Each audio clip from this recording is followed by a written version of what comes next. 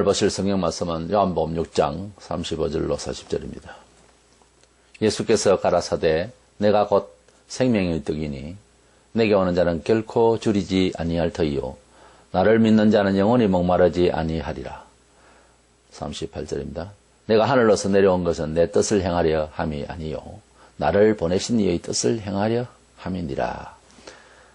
40절 내 아버지의 뜻은 아들을 보고 믿는 자마다 영생을 얻는 이것이니 마지막 날에 내가 이를 다시 살리리라 하시니라. 아멘. 예수님께서 어떤 분인가 하는 점에 대해서 여러 사람들이 여러 말을 합니다. 그러나 예수님을 제대로 알려면은 예수님을 이 세상에 보내셨다고 하는 하나님의 목적에 대해서 성경을 통해서 알아야 예수님에 대한 인식을 바로 할 수가 있습니다. 예수님이 보통 교주나 또는 일반 성현이나 철학가들과 달리 그 생애에 있어서 부활이라고 하는 한 인생으로 이 지구촌에 나서 부활이라고 하는 이 놀라운 사건을 이루신 분입니다. 그래서 이 부활은 기독교와 뗄래야 뗄 수가 없는 기독교의 존재 자체가 부활 때문에 연속되는 것이고 다른 말로는 부활 종교라고 할 수 있는 그 말을 다른 말로는 생명 종교라고도 하죠. 그래서 부활을 하신 예수님을 보면서 이 부활을 시키신 이 역사는 우리에게 어떤 뜻이 있는가 생각을 하려고 합니다. 부활은 결론적인 답으로는 하나님의 목적이라고 하는 이런 주제로 말씀을 나누고자 합니다. 첫째 그러면 예수님께서 이 세상에 오신, 나타나신 그것은 어떤 의미인가 하면 한 인생으로 나서 여러 사람들이 이 세상에 태어날 때에 그 태어난 출생하게 되는 동기가 조금씩은 다를 수가 있어요. 억지로 태어날 일이 없는데 꼭 아기를 만들어서 이 세상에 태어나게 해야 할 그러한 가정사적인 문제로 에서도 이 세상에 나올 수도 있고요. 그래서 뭐 보통 다 자연스럽죠. 결혼해서 아기를 낳고 이렇게 태어나게 되는데 우리 예수님은 다른 모든 사람들과 다르게 남자와 아직 결혼을 해서 이제 아기를 만들지도 않았는데 처녀가 아기를 잉태해서 그래서 성령으로 잉태해서 출생하시게 되는 예수님입니다. 어쨌든 우리 예수님께서 이 세상에 탄생하신 것, 성경적으로 보면 하늘로부터 어떻게 이 세상에 무슨 일로 오셨는가 하면 본인의 의사가 아닌 하나님 아버지의 목적을 쫓아서 이 세상에 오셨다. 다른 말로는 하나님을 대신해서 오셨다 하는 것입니다. 불신자들은 형적인 입장에서, 문화사적인 입장에서, 우리 지구촌의 사회적인 입장에서 한 사람을 이해하려고 하는 것이 그것이 보통 상식입니다. 그래서 그런 의미에서 볼 때 예수님은 원수를 사랑하라든지 이런 등의 교훈자로서는 성현이다. 이래서 4대 성인 중에 한 사람으로 보았습니다. 예수님 당시에도 많은 사람들이 우리하고는 입장이 다릅니다만은 그들은 구약 성경에 대한 메시지를 듣고 아는 사람들이고 그래서 예수님의 행적에 대해서 보니까 선지자 같다. 예레미야인가?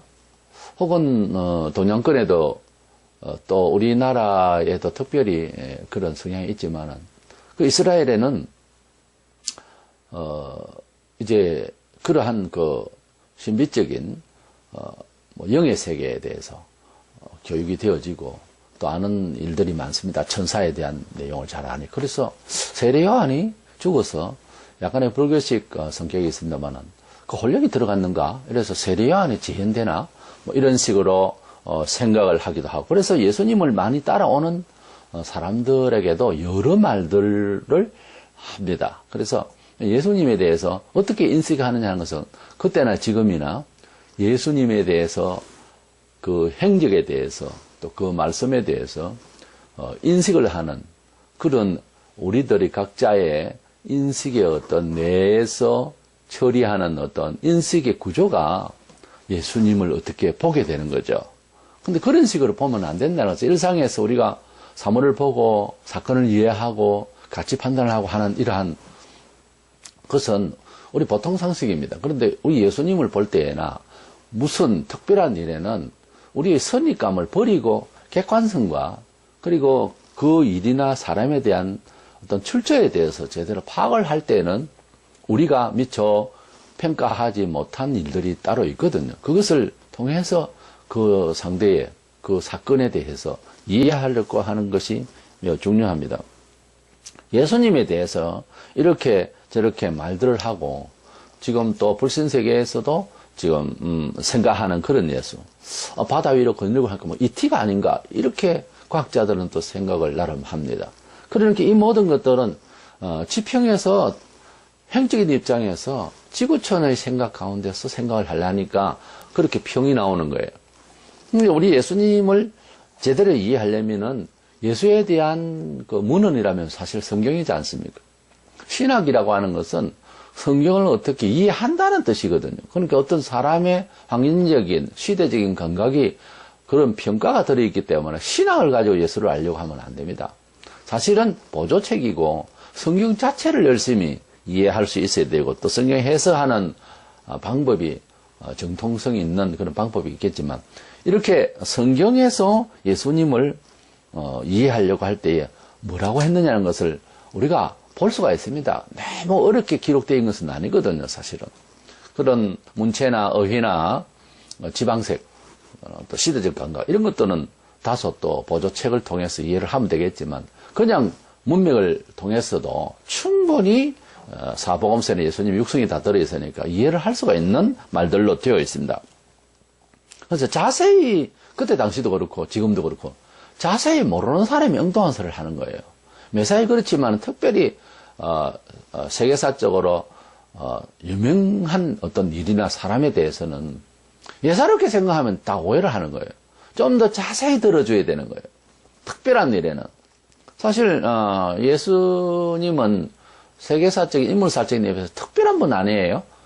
그러니까 좀 조심스럽죠. 가볍게 생각하는 것은 그냥 저 사견입니다. 이렇게 할 정도의 겸손이 필요한 거예요. 그래서 성경적으로 예수님이 어떤 분인가 하면은 출신이 하늘로부터 오셨다고 되어 있습니다. 유대인들은 그 당시에 지금 물질주의고 그런 그 외형주의 또는 또 스펙이나 이런 걸 통해서 사람을 평가를 하려고 하는 시대가 되어 있습니다만 그때 당시에 유대 땅에도 또 우리 일제 때와 같은 그런 로마 치하에 있었는데 더더구나 그들은 종교가 상실되고 타락하니까 사람을 이해할 때에 못 살고 병들고 하면 저주받은 것으로 생각했어요. 그 당시에 나사렛 촌동네에서 예수님께서 사셨는데 탄생하시기는 베들레헴 땅에 탄생하셨지만 나사렛 촌동네에서 이렇게 사시니까 그런 곳에서 무슨 선지자가 선생이 나겠느냐 뭐 이런 식이었어요. 그래서 선입감적으로 아예 사람 취급을 비하하는 이런 동네에서 사셨습니다.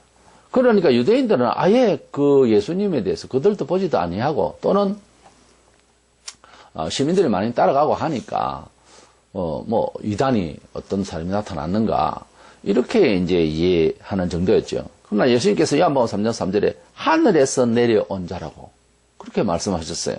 그러니까 진정한 출신은 나사렛이 아니고 하늘 보좌에서 내려왔다는 거죠. 뭐 16장 27절에 보면 내가 하나님께로부터 온 줄을 믿었으므로 아버지께서 지 너희를 사랑하심이라고 했죠. 예수님이 하나님으로부터 오셨다는 점을 이해하고 믿는 사람들은 하나님 사랑을 받는다라고 주님이 말씀하셨습니다. 하늘에서 오셨다. 하나님 아버지께로부터 오셨다. 근데 출신의 문제는 지금도 사실 중요하죠. 근데 우리 예수님이 출신 나사렛이 아닙니다. 하늘이라고 하는 입장에서 생각을 하셔야 된다는 거죠. 두 번째로는 예수님께서 일반 사람과 다른 멘트와 그리고 행위를 하셨어요. 우리 예수님에 대한 인격을 이렇게 보면 역시 성경을 통해서 봐야 되겠죠. 보면은 보통 사람들의 생각을 쓰는 지레 짐작하는 예견이라든지 비판이라든지 이런 상식 더하기 사람이 할 수 없는 말씀과 또는 행위가 있었어요. 예를 들어서 내가 네 죄를 사하노라 이건 사람이 할 수 있는 일이 아니지 않습니까? 도덕심리적으로 우리 보통 객관성 있게 생각하면 보통 사람 그렇게 말하면 안 되지 않습니까? 더더구나 죄를 사하노라 하는 건 하나님만 하신다는 우리 불신자들도 다 아는 이야기에 가까운데, 그 유대인들에게는 더더구나 명확합니다. 죄는 하나님이 치리할 뿐이지, 나사렛 참동생에 난 자네가 무슨, 속죄를 한다고 그러냐, 하지 않겠어요? 근데 그런 말씀을 하신다든가, 또는 부활을 하셔서, 혹은 부활 전에 바다 위로 걸리신다든가, 이런 일들은 보통 사람들의 일이 아니거든요. 근데 성경에 3년 동안 공생애에 동네 사람들이 이렇게 나타나 보이셨는데, 그거 전부 다 일일이 다 적지는 않았었습니다. 사도 요한이 그렇게 말했죠. 다 일일이 적으면 그 책을 세상에 둘 수도 없을 정도로 많은데, 그러니까 필요한 것만 중복되는 일을 하나씩 하나씩 드라마틱하게 구소사적인 입장에서, 그래서 요긴한 것만 써놓은 것이 사실은 복음서예요. 그러니까 매일 그런 일이 일어날 때 그 예수님은 일반 사람이 아니다는 것을, 종교가 비록 다르겠지만 세속적인 입장에서도 효율 있는 그런 선생이다 싶어서 따라다녔겠죠. 많은 사람들. 수만 명이 따라다녔어요. 그러니까 우리 예수님께서 하시는 그 행위가 또는 메시지가 일반 사람과 달랐는데, 당신의 그 말씀 속에는 보면은 자기가 하나님으로부터 오실 뿐만 아니라 자신이 아브라함이 나기 전부터 있었다든가, 이래서 존재에 대해서, 예수님의 존재에 대해서 일반 사람이 아니었어요. 그것을 신성이라고 합니다. 신성적으로는 선재하셔서 영원전부터 계셨다는 거죠. 그래서 예수님에 대한 인격에 대해서 초기부터 지금까지 기독론적인 입장에서 많은 신학적인 논란을 했어요. 그런데 우리 예수님은 신성과 인성을 겸하신 양성을 가지신 분이다, 이렇게 결론을 내렸습니다. 이것이 성경적인 예수님의 인격관이에요. 예수님은 전제적으로 이렇게 인성과 신성을 같이 가지고 오셨다 하는 점이 우리하고 특이하게 다릅니다. 요한복음 8장 58절에 보면은, 내가 진실로 내게는 아브라함이 나기 전부터 내가 있었다고 그랬고, 요한 1서 4장 10절에 보면은 하나님이 우리를 사랑하사 우리 죄를 속하기 위하여 화목제물로 그 아들을 보냈었습니다. 하나님이, 신이 아들을 보냈다 할 때는 사람을 보낸 게 아니라는 거예요. 신이 어떤 동네 사람을 지명해서 아들처럼, 그렇게 하나님의 자녀처럼 하나님의 권세를 입혀서 그런 사람으로 만들었다가 아니고 하나님이 보내셨다 했거든요. 그러니까 하나님이 보내신 분이니까 일반 사람이 아니다라는 선입감을 그렇게 이해를 할 수 있어야 되는 것입니다. 예수께서는 하나님이 아들로 인정되시기 위해서 무슨 기적을 행하시고, 그래서 부활을 했기 때문에 과연 하나님 아들로 이제는 인격적으로 우리가 이해해 줘야 된다, 이런 차원에서 당신께서 능력을 행하시고 하신 것이 아닙니다. 17장 5절에 보면은 예수님께서 이렇게 기도하실 때에, 아버지여, 창세전에 내가 아버지와 함께 가졌던 영화로서, 그랬어요. 창세전이라 하면은 창세기 1장 1절 이전을 말해요. 창세전, 세상 만들기 전 거 말해요. 창세기 1장 1절에 세상을 만드셨잖아요. 지금으로부터 6,000년 전. 그러니까 예수님께서는 세상 만들기도 전에, 그렇다면은 우리는 천지 창조하시고 6일째 되던 날에 우리가 만들어졌는데, 사람이 아담이. 근데 창세 전에 계셨다는 말은 사람도 있기 전에 당신께서는 계셨다. 어떻게 계셨단 말이에요? 영으로, 신성으로 존재하셨다는 거죠. 우리 사람은 그렇게 안 됩니다만 예수님은 신성으로, 그의 신성적 인격으로는 창세 전부터 존재하셨다는 거예요. 그러면 뭐냐? 성부, 성자, 성령께서는 창세 전부터, 영원 전부터 계시는 하나님이시고, 그래서 하나님이, 태초에 하나님이 천지를 창조하시니라 할 때, 천지 만물 창조하시고 사람을 지으실 때에 그 주어가요, 복수로 되어 있어요. 우리가 사람을 만들자, 그렇게 되어 있고, 태초에 하나님 천지를 창조하시니라 할 때, 하나님이라는 그 글자는 복수형, 3인칭 복수형 복수 형태이지만 단순 의미예요. 그러니까 젓가락 하면은 두 개가 하나잖아요. 그와 같이 하나님은 성부, 성자, 성령으로 계시는데 그 세 분이 하나가 되신다는 거죠. 능력과 기능과 일치를 보는데, 우리 인간의 언어로 우리가 뇌에서 이해할 수 있는 영역의 그런 상황은 아니에요. 삼위일체라는 이 하나님의 일체감에 대해서는 우리가 그냥 믿는 거예요. 우리 어린아이들이 어른처럼 비주얼하게 막 여러 가지로 이렇게 다 한목에 이해하지를 못하잖아요. 하나하나 이렇게 이해시키잖아요. 어른이 되면은 삽시간에 이해가 되듯이 아무리 어른이 돼도 성부, 성자, 성령, 삼위일체는 예수님, 하나님, 성령님 이렇게 이해하면 편한데 세 분을 같이 이해하려니까 좀 힘들죠. 사실은. 그래서 믿는다는 것뿐이죠. 나는 그렇게 일체대심을 믿습니다 하는 고백일 뿐이지 과학적으로 그 삼위 하나님을 분석해서 이해한다는 것은, 그래서 일체가 된다고 하는 것은 어려운 부분입니다. 신비예요. 그런데 이 세상을 만드셨다고 하는 창세기 1장 1절에 보면 엘로힘이라고 되어 있거든요. 엘로힘이라는 말은 하나님들이라고 번역이 돼요. 그게 원래. 그러니까 근데 하나님이 이렇게 단순 의미로 번역이 되는 거죠 또. 근데 글자 자체는 복수형으로 되어 있어요. 그래서 예수님께서는 창세 전에 아버지와 함께 계셨다는 이런 말씀으로 보조를 해서 보면은 그런 창세기 1장 1절에 주어가 되는 그 하나님 그 복수 형태를 이해가 되는 거죠. 또 사람을 지으실 때 우리가 사람을 만들자는 우리라는 말씀 자체를 이해가 되는 거죠. 한 분이 지은 건 아니거든요. 그래 되면 복수 형태가 되어 있으니까. 이래서 예수님께서는 하나님께서 보내시고 하나님의 신성을 가지신 그 신성을 가지신 분으로서 계셨던 분이다.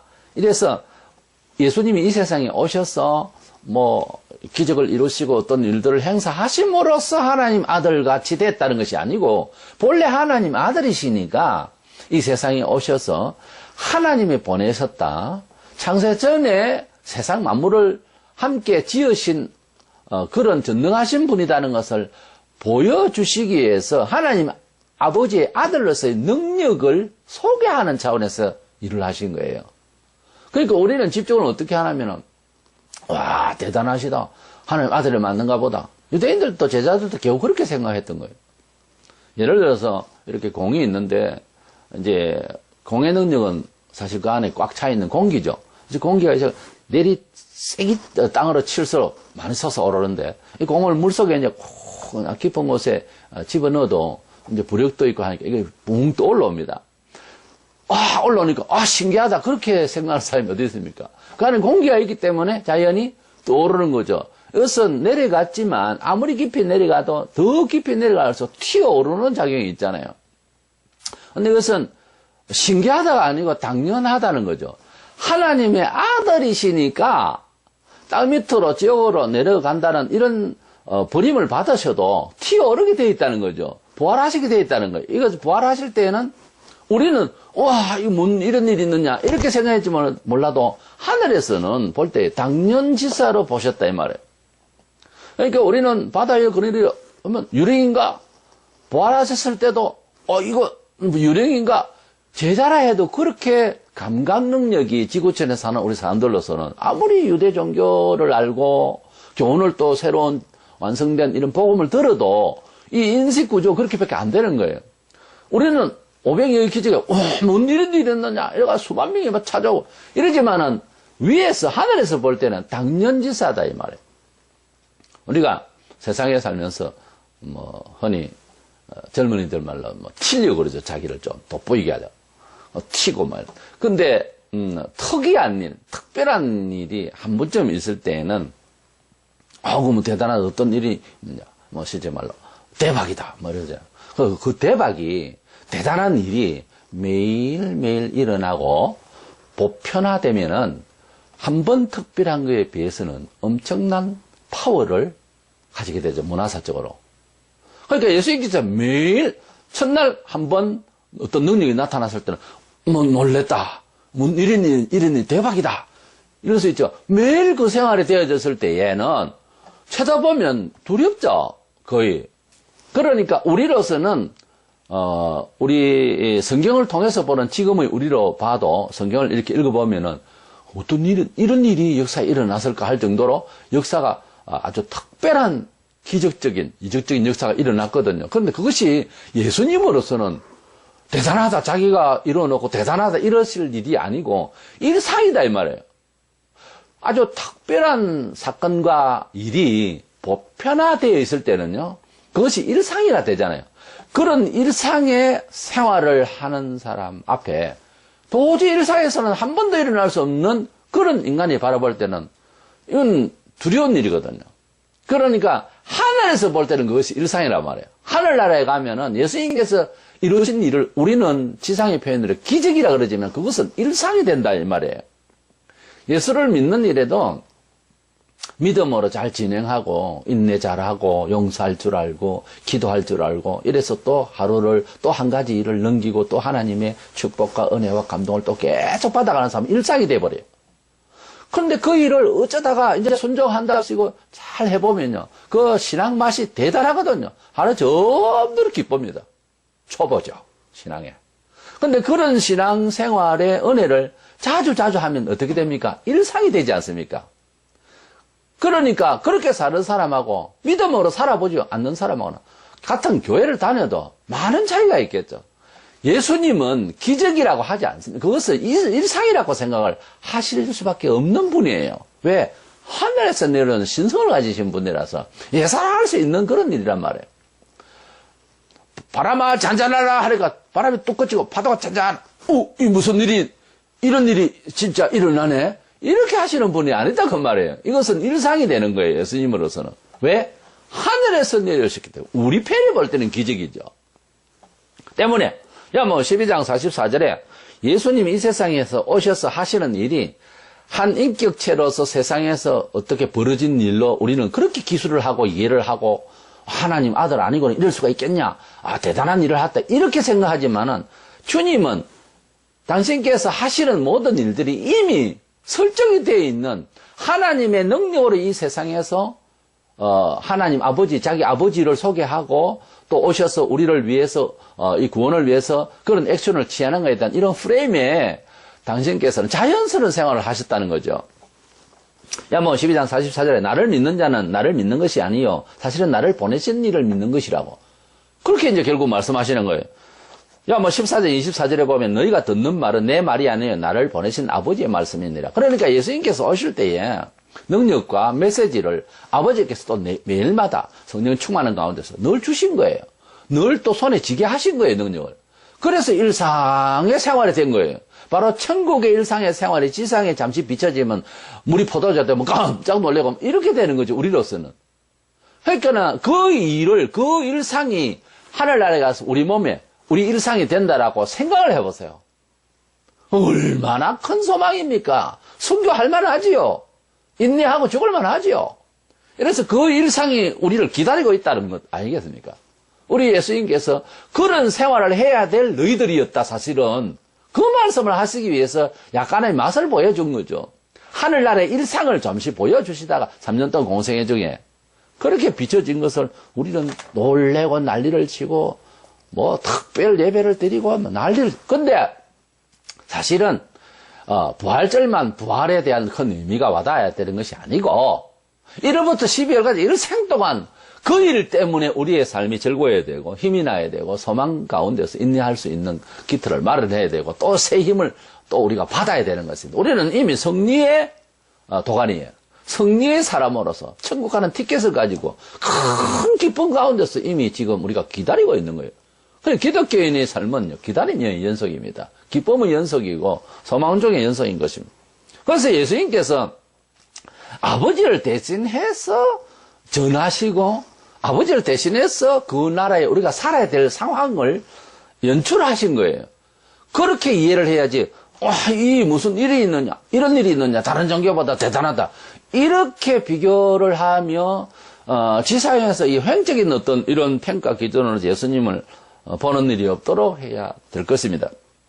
그래서 예수님이 세상에 오신 것은 하나님이 우리 세상 역사에 함께 하시는 그런 액션이었죠. 당신의 존재와 당신의 삶 자체가 하나님 아버지께서 이 지상의 우리들과 하나님이 그 높으신 하늘 이렇게 보통 생각해요. 하나님의 그 존귀하신 분이 사람의 옷을 입고 오셔서 아들로 통하여 우리와 하나님이 그 역사하시는 그 메시지가 하나님이신데 하나님의 그 역사가 내가 하는 말이 내가 하는 행동이 아버지가 했으니까 아버지가 지구촌의 역사와 함께 했다는 말을 성경에는 임마누엘이라고 그래요. 하나님 우리와 함께 하셨다. 이사야 7장 14절에 처녀가 잉태하여 아들을 낳을 것이요 그의 이름을 임마누엘이라 하리라. 마태복음 1장 23절에 임마누엘 이를 번역한 저 하나님이 우리와 함께 하시다 함이라. 하나님이 우리와 함께 하시다 하면 무슨 말입니까? 그 신비는 역사적으로 예수님이 보여주셨어요. 사람이 할 수 없는 일을 교제 가운데에, 일상 문화 가운데에 드러내셨거든요. 하나님 아버지가 우리와 함께 하시는 그 나라에 가면 이렇게 살 것이라는 것을 지상에서 임마누엘, 하나님 우리와 함께 하셔서 잠시 공생의 3년 동안 보여주신 거예요. 그래서 하나님이 직접적으로는, 시간적으로는 예수님 공생의 3년 동안 임마누엘 하신 것이죠. 이제 성령께서 이제 우리와 함께 하심으로써 삶 속에서 그런 놀라운 삶을 계속 연출할 수 있는 우리의 노력과 기도가 필요한 거죠. 그래서 하나님이 우리와 함께 하신다고 하는 이 공생의 3년의 역사를 통해서 예수님은 우리에게 던져준 메시지가 하늘나라에 가서 이렇게 살 것이다.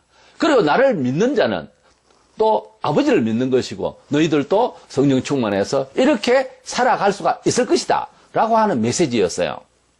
그래서 성경에서 예수님이 말씀하시고 행동하신 언행심사는 하나님 아버지의 메시지였다. 하나님 아버지의 행사였다 하는 차원에서 예수님은 임마누엘 하셨어. 하나님 아버지를 대신해서 이 세상에 오신 분이었다는 거죠. 그리고 예수님은 이 세상에 오신 목적이 아버지 하나님이 우리 죄인을 구원하시기 위해서 보내신 그 보내심의 목적을 쫓아서 죄인을 구원하려고 이 세상에 오셨다는 거죠. 마치 세례요한이 제자들을 많이 회개시키고 유대 땅에서 그랬는데 그 제자들을 다 예수님께로 인도하려고 하는 목적을 가졌듯이 예수님도 이 세상에 오셔서 하시는 일이 종교의 교주로서 뭐 세상에 떨라고 그러는 것이 아니라 하나님 아버지께로 이 죄인들을 회개시켜서 하나님 아버지께로 붙이려고 오셨다는 사실입니다. 요한복음 6장 38절 9절에 내가 하늘로서 본문에 하늘로서 내려온 것은 내 뜻을 행하려 함이 아니요 나를 보내신 이의 뜻을 행하려 함이라. 그러니까 예수님께서 사시는 것은 당신의 뜻이 아니라 아버지께서 명하신 뜻을 위해서 이 세상에서 자신이 일을 한다 그랬어요. 예를 들어서 전쟁터에 나가는 군사가 스스로 가고 싶어서 아니라 조국을 위해서 임무를 띠고 나가는 거잖아요. 그와 같이 예수님의 생애는 당신의 어떤 스스로의 어떤 종교 교주로가 되어서 영화를 누리기 위해서가 아니라 하나님 아버지께서 보내셨고 죄인을 구원하려고 하는 차원에서 보내심을 받았다. 그러니까 거기에 대한 프로그램이 있었어요. 너는 십자가에 져야 되고 비참해야 되고 죽어야 되고 마침내 완전히 죽으면은 내가 부활을 다시 시켜서 그래서 성취를 시키겠다. 이런 프로그램이 아버지와 아들과 약속이 있었던 거예요. 그래서 예수님이 내려오신 것은 당신의 의도가 아니고 우리를 위해서 희생제물로 각오를 하고 오셔야만 했던 것입니다. 그걸 좀 인간적인 입장에서 생각하면 창세기 3장 15절부터 벌써 아들을 보내시려고 하는 김새를 보였어요. 그때부터 아들은 옆에서 이거 언제 보낼지 모르지만 내가 정상 세상을 내려가야 되는구나 하는 것을 벌써 엿본 거예요. 그리고 한 4,000년 동안 있다가 예수님을 보내신 거예요.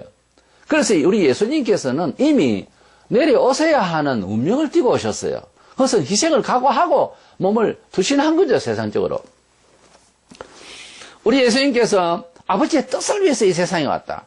다만 메시아 역할을 하시기 위해서 아버지께서 그 권능을 아버지께서 그 지혜의 말씀을 이제 주셔서 그 권능을 안고 오신 것은 또 특별한 일이죠. 왜냐하면 아버지를 대신해서 내려오셔야 되니까 그 권세를 가지고는 일단 내려오셔야만 했던 것입니다. 요한복음 17장 2절에 아버지께서 아들에게 주신 모든 자에게 영생을 주게 하시려고 만민을 다스리는 권세를 아들에게 주셨음이로소이다. 예수님께서 하시는 언행심사, 예수님께서 하시는 그 특별히 그 능력과 이런 것들을 뭐하러 줬다? 그를 믿는 자에게 영생을 주시려고 하는 구원의 목적 때문에 그 권세까지도 일단은 갖고 내려오셨다는 거예요. 그러니까 예수님께서는 이 세상에 왜 오셨는가? 아버지를 그 목적과 그 일을 수행하기 위해 대신하여서 일하시러 오셨고 당신께서는 십자가의 처형이라고 하는 것을 각오하고 내려오셨다는 거예요. 그러므로 교회의 일을 하고 하나님 아버지의 복음을 위해서 일을 하려 할 때는 프로그램이 이미 정해져 있어야 됩니다. 십자가적 죽음을 각오해야 되고, 나의 하는 일은 아버지께서 설정되어 있는 진리를 증거하기 위해서 일을 하는 것이고, 그리고 마침내 부활시켜 영생케 하시고, 그리고 부활시켜 성천케 하신 하나님의 그 역사가 우리 성도들에게도 그대로 적용이 된다는 차원에서 진리를 쫓아 살려고 할 때는 이런 프로그램을 읽고 시작해야 되는 거예요. 이미 정해져 있는 프레임 가운데서, 그런 가운데서 우리가 예수를 믿는 것이 한번 믿어보자, 어떨까? 도전이 아니에요. 이것은 이미 설정되어 있는, 성경은 이미 세상을 이기고 있는, 이겨버린 그런 확정적인 약속이에요. 그렇게 한번 해볼 만한 가치가 있을까 없을까, 이런 차원이 아니란 말이에요. 우리 예수님은 어떻게 하면 하나님 아들이 될까, 그런 연구를 할 분은 아니란 말이에요, 이미. 그래서 우리 예수님의 세상의 지상 출현은 하나님 아버지를 대신해서 왔다. 하나님 아버지 직접 오셔서 우리를 구원하시고 다 해야 되는데, 아들을 통하여 희생을 시켜야 되는, 죄에 대한 피를 봐야 되니까, 대속이셔야 되니까, 그래서 아들을 독자인데, 홀로 있는 독자인데 이 세상에 보내셔서 우리가 구원을 얻게 하기 위해서 아버지의 손길을 대신해서 왔다는 거죠. 그 희생의 가치를, 희생을 각오하시고, 그런 차원에서 예수님은 오실 때 벌써 일반 사람하고 다르다는 거죠. 권세라든지 메시지라든지 인생 자체를 다르게 사신 거예요. 두 번째로 이 예수님께서 이제 사실 이제 부활을 하셨는, 이 부활이 이제 우리 기독교 역사에 또 성경의 구원의 완성의 현장인데, 이 부활은 종교인들 가운데서 혹은 일반 사람들이 이해할 때에, 신학자들 가운데서도 이런 몸의 부활을 믿지 않는 불투만 신학자라는 그런 계류의 사람들은 자꾸 이것을 철학적으로 생각하는 거예요. 어떤 희망적인 어떤 그림이 아니냐. 그러니까 이거는 실질적인 팩트가 아니라 자기들은 이제 환상이나 또는 어떤 의미로만 보아지는 초월적 역사, 이런 것으로 설명을 하는데, 그게 와닿습니까? 사실적으로 부활을 했는데 무슨 거기에 뭐 초역사니 어떤 역사니 이렇게 억지를 부리면서 고급스러운 단어로 예수를 자꾸 육신적 부활을 갖다 부인하려고 하면 안 되죠. 그래서 예수님께서는 부활하신 것이 우리 그분을 믿는 자들이 세상을 살아가는 어떤 희망을 주는 메시지의 그림이 아니라 실제로 부활하셨다는 거죠. 실제로 이 부활하신 이 사실을 우리가 믿고 살아야 되는 것입니다. 예수님 자신이 역사의 한 인간으로서 존경받는 성인이 되가는 위대한 종교의 교주로서 자신을 나타내기 위해서가 아니라 자신이 부활하심으로써 이렇게 너희들도 부활할 것이라는 것을 보여주시기 위해서 그렇게 부활하신 것이지, 그 일 자체가 대단하니까 우리는 그걸 쳐다보면서 찬미하고 그냥 그걸로 뭐 예수님만 대단하지, 그게 아니에요. 그것은 곧 우리가 그렇게 부활할 것을 위해서 본을 보이신 거예요. 성경적으로 보면은 예수님 자신에 대한 영광과, 그리고 예수님 자신에 대한 이런 사건적 이런 부각이 될 것이 아니라, 이 사건을 통해서 우리 죄인이 예수를 믿으면은 이와 같은 몸, 이와 같은 3년 동안의 공생에 비춰진 이런 일들의 아버지의 손 안에서 천국에서 살 것이라는 것을 보여주시기 위해서, 그래서 하나님 아들이시 본래 아들이라는 것을 보여주시기 위해서 부활을 시킨 거예요. 그래서 비유 말씀을 드린 대로 공을 물속에 깊이 넣었더니, 그러나 또 튀어오르듯이 예수님은 하나님의 아들이시라는 공기가 들어있기 때문에 눌려도 올라왔던 것 뿐이지 이상하게 올라와서 기적이다가 아니라 이 말이에요. 그것은 어디를 갖다 놓아도 예수님은 나오시게 되는 거예요. 공기라고 하는 신성이, 공기라고 하는 하나님 아들의 명분이 있기 때문에 그게 이상하게 그렇게 일이 벌어진 것이 아니다 그 말이에요. 예수님께서 33년 동안 지구촌 생애를 사셨는데 대체적으로 보면 짧은 생애였죠. 그리고 공생애적으로는 3년 동안 잠시 일을 하신 거예요. 세상의 교주들은 뭐 수십 년도 되고 그러는데 우리 예수님은 딱 3년이었어요. 근데 예수님께서 하신 말씀이나 이루신 일들은 뭐냐 하면 하나님 아버지께서 죄인들을 구원하시기 위한 그 구원을 위한 목적을 위한 수단으로서 사용된 겁니다. 아들은 사실은 사용된 거예요. 수단으로 보내셨지 예수님 자신을 부각시켜서 그래서 신학적으로 이해하라는데 이것이 아니거든요.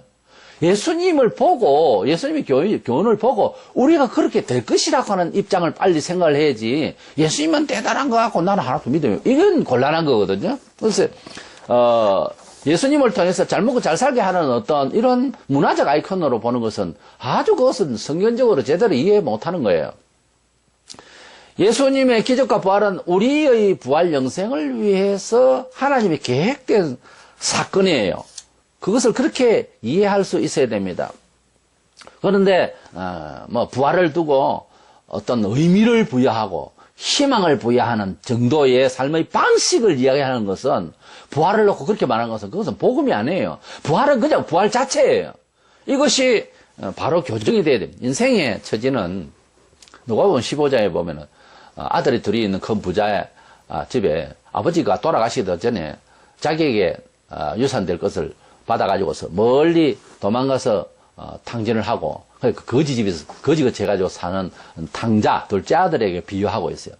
근데 이 복음이라고 하는 것은 이 탕자와 같은 인생 중에 사는 우리에게 복음이 왔을 때에 이 탕자가 살고 있는 땅에서 잘 살게 하는 게 아니라 아버지 집으로 데리고 가려고 하는 것이 복음의 목적이거든요. 그래서 이 세상에서 잘 살게 하는 메시지 듣기는 틀리지는 않잖아요. 그것을 뭐라 하냐면 기복주의 신앙이라고 그래요. 예수라는 분의 메시지를 통해서 이 세상에 어떻게 하면 잘 살 수 있는 지혜가 있을까? 이거는 기복주의예요. 하나님께서는 예수를 이 세상에 보냈을 때, 복음을 줄 때는 아버지께로 끌고 가려고 하는 거예요. 자리 이동까지, 삶의 터전까지, 삶의 방식까지 다 준비된, 예비된 나라에 복을 받은 자들이여. 그렇게 말씀하잖아요. 그러니까 우리는 본래 우리 집의 자리로 가야 되는 거. 내 아버지의 집은 그랬잖아요. 그래서 히브리 11장 16절에 이제는 더 나은 본향을 사모하니 곧 하늘에 있는 것이라 그들 위하여 한 성을 예비하셨느니라 그랬어요. 인생이 집을 나와서 오랫동안 30년, 40년을 타지에서 이제 살았습니다. 정들면 고향이라고 오랫동안 고향을 살죠. 그러나 본 고향은 있잖아요. 본향이. 그러니까 본 고향을 가면 거기에는 지금 여기에서 일구어 놓은 것보다 몇 배, 천 배로 너무 좋은 것이 있습니다. 그리고 부모가 계십니다. 그래 이제 맏아들이 찾아와서 그 동생들을 데리고 가야 되는 것이지, 이 자리에서 잘 살려고 하는 것이 아니란 말이에요.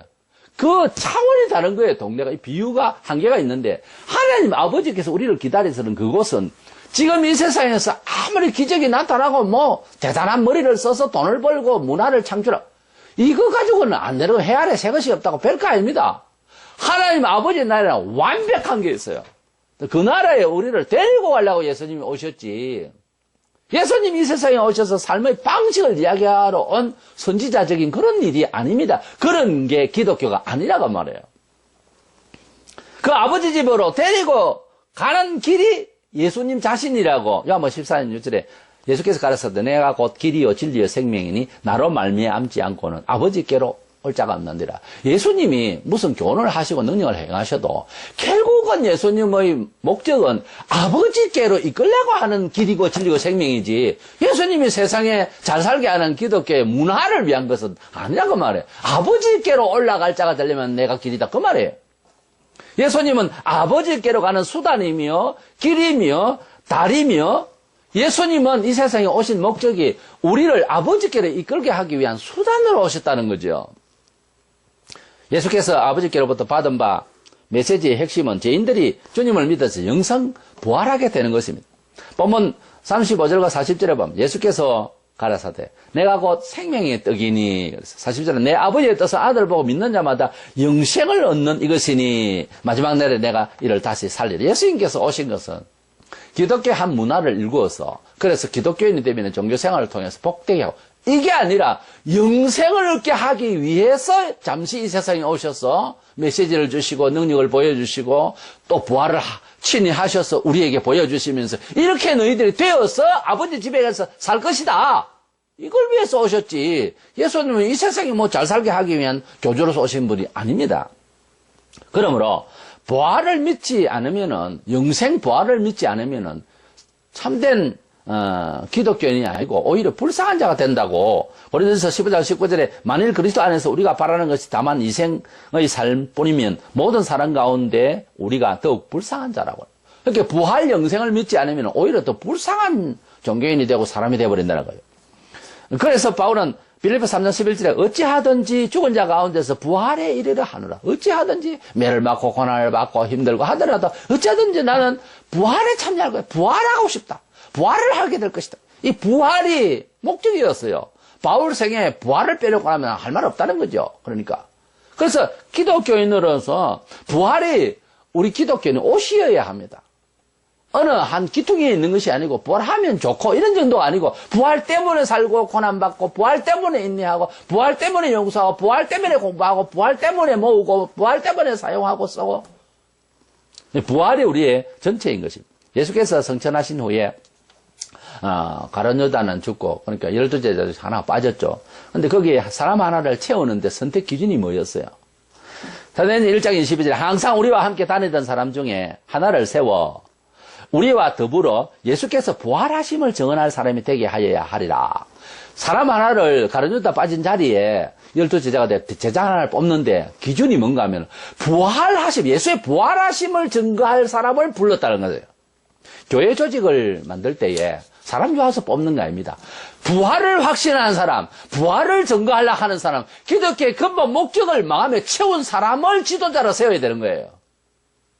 다른 걸 이야기를 잘하고 돈이 많고 인물이 좋고 가문이 이거하고 상관이 없습니다. 교회는 부활을 믿는 사람, 부활의 은혜에 충만한 사람을 이끌어 세워야 되는 거예요. 그래야 역사가 나는 거예요.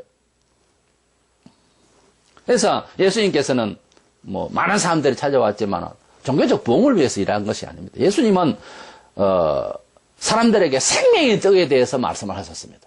그러니까 못 알아듣고 이래서 다 떠나버렸어요. 그게 부흥의 실패가 아닙니다. 그러나 우리는 지금 어떻습니까? 사람 숫자 부흥에만 그 이야기를 하니까 목사가 모처럼 주일날 이야기를 한다는 게 부활 영생에 우리의 깊은 그 궁극적인 소망은 이야기하지 않고 세속적인 이야기만 해야 된다면 사람 떠날까봐 이건 복음 사수자가 아니죠. 그런 이야기 하라고 교회를 세우고 그래서 교회를 세우기 위해서 피 흘려 돌아가신 건 아닙니다. 피 흘려 사신 교회라고 뭐 때문에 그런 이야기를 합니까? 부활의 몸은 어떤 몸인가? 우리가 엄청 궁금할 것 같아가지고 예수님이 부활을 딱 하셨어. 자, 이런 거다. 하시기 위해서, 보여주시기 위해서 부활을 하신 거예요. 물론 하나님 아버지께서 이렇게 했었습니다만은 사도행전 2장 24절. 고린도전서 15장 20절에 그러나 이제 그리스도께서 죽은 자 가운데서 다시 살아 잠자는 자들의 첫 열매가 되셨도다. 예수님께서 부활하신 것은 와 대단하다. 이런 거 이전에 우리가 궁금해할까봐 미리 부활을 하셔서 보여주시기까지 다 하신 거예요. 자관 제자들 40일 동안 땅에 계시면서 제자들이 확실하게 확인하기 위해서 어떤 사람은 못 찔른데 거기에 잡아봐야 되겠고 도마 같은 경우는 이런 친구에게도 다 보여주셨어요. 확실하게 경험을 하고 확실하게 보여주시고 난 뒤에 성천하셨어요. 40일 동안 증거하셨어요. 예수께서 부활하신 후에 사도행전 1장 3절에 그가 고난받으신 후에 또한 그들에게 확신한 많은 증거로 친히 살아계심을 나타내사 친히 살아계심을 나타내사 40일 동안 그들에게 보이시며 하나님 나라의 일을 말씀하시니라. 예수께서는 부활을 하시고 난 뒤에 친히 40일 동안을 보여주셨어. 이렇게 되는 너희들의 몸을 위해서 내가 그동안에 고생했고 죽었다. 봐라. 잡아봐라. 하고 이렇게 말씀을 하시기를 40일 동안을 증거했어요. 그리고 하나님의 나라의 일을 이야기했다. 우리 예수님이 이 세상에서 복음을 전하셨는데 복음의 핵심 진리가 뭔가 하면 우리가 그렇게 부활해서 천국을 가서 살게 될 것이다. 이것이 복음의 핵심이에요. 천국이 빠지고 지상에 잘 사는 법을 그건 아무 소용없는 이야기입니다. 꼭 교회를 나와야 그런 이야기를 듣습니까? 요즘처럼 부흥주의의 종교 문화에 심취해서 사람을 억지로 기독교인이 되게 하려는 것은 성경적이지도 않고 그런다고 구원을 받는 게 아닙니다. 그 사람이. 데살로니가후서 2장 14절에 보면 하나님은 우리를 복음으로 부르신다고 그랬어요.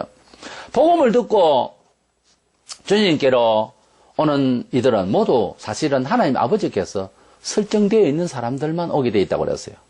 말이 나는 듣기가 좋다. 쉽게 말하자면. 그런 사람만 오지. 100번 이야기한다고 해서 안 들을 사람은 예수님 측근에 있는 사도도 배신을 하잖아요. 안 들을 사람은 귀가 3년 동안 꽉 막혀서 안 들리는 겁니다. 그러나 들리는 사람은 한 방에 더 들을 수가 있어요. 그래서 예정된 사람이 주께로 온다는 거예요.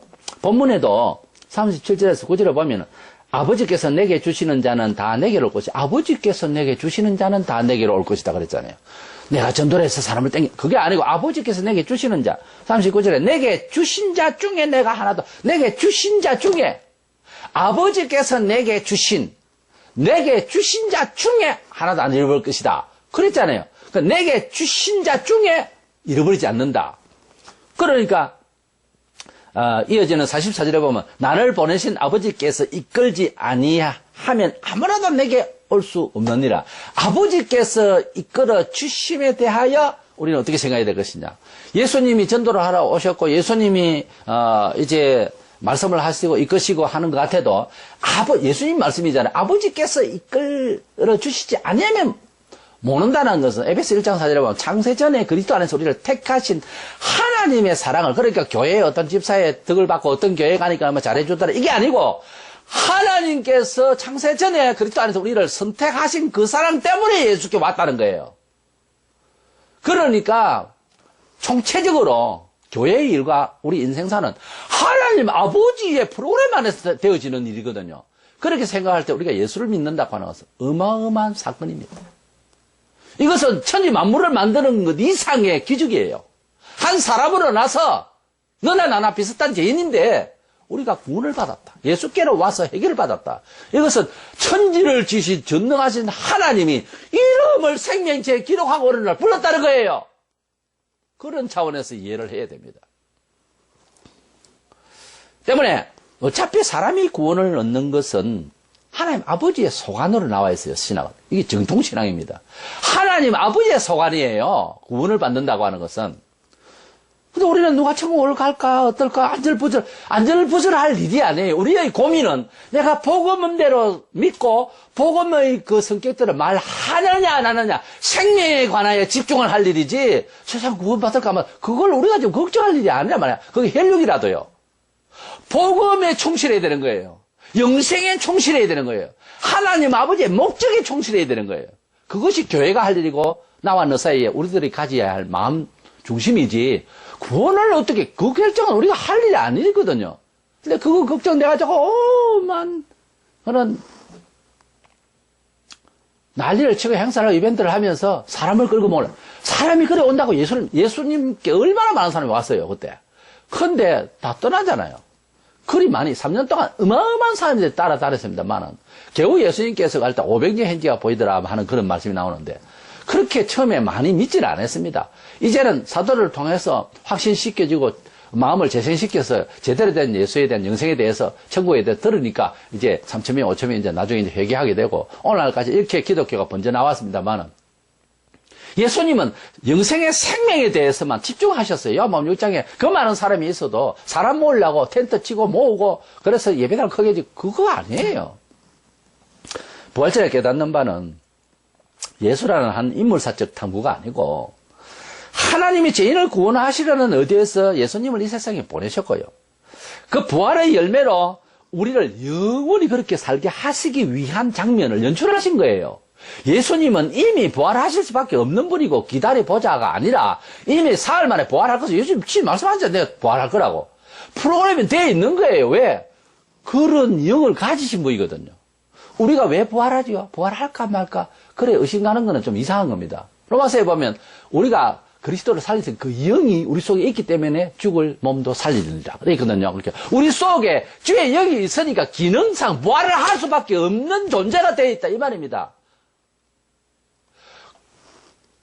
공 안에 공기가 꽉 들어있으면 많이 찰수록 물 밑에 아무래도 솟아올라 버리듯이 솟아오르는 것은 자연스러운 거예요.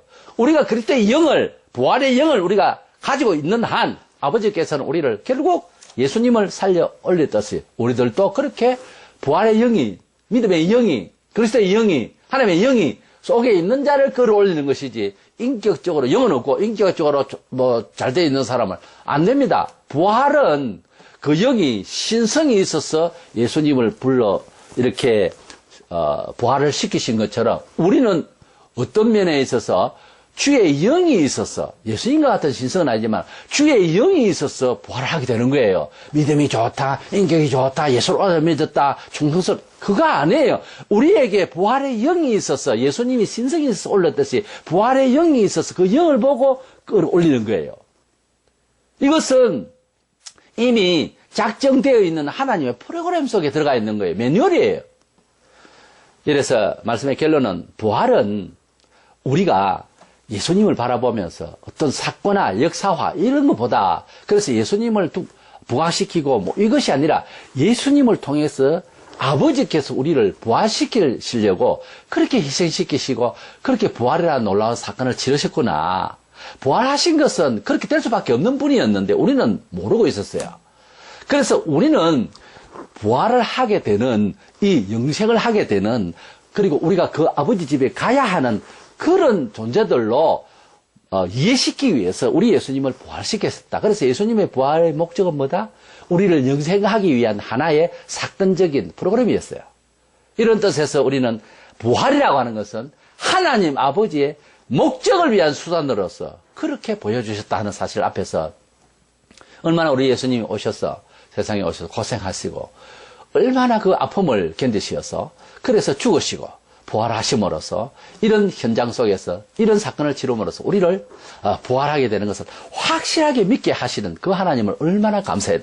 그런 독자를 주심을, 그래서 역사를 이루심을 다시 한번 회상하면서 우리는 우리 아버지, 우리 주님도 감사하지만 아버지께서 그렇게 희생으로 보내셔서 우리를 알게 하시기를, 그런 역사를 이루신 아버지께 다시 한 번 더 감사하는, 그래서 그 부활에 대해서 감사하는, 부활의 약속에 대해서 감사하는 그런 마음으로 남은 여생을 주의 사심을 배워서 꼭 같은 그런 역사를 비슷하게 나타낼 수 있는 저와 여러분 되시기를 축원합니다.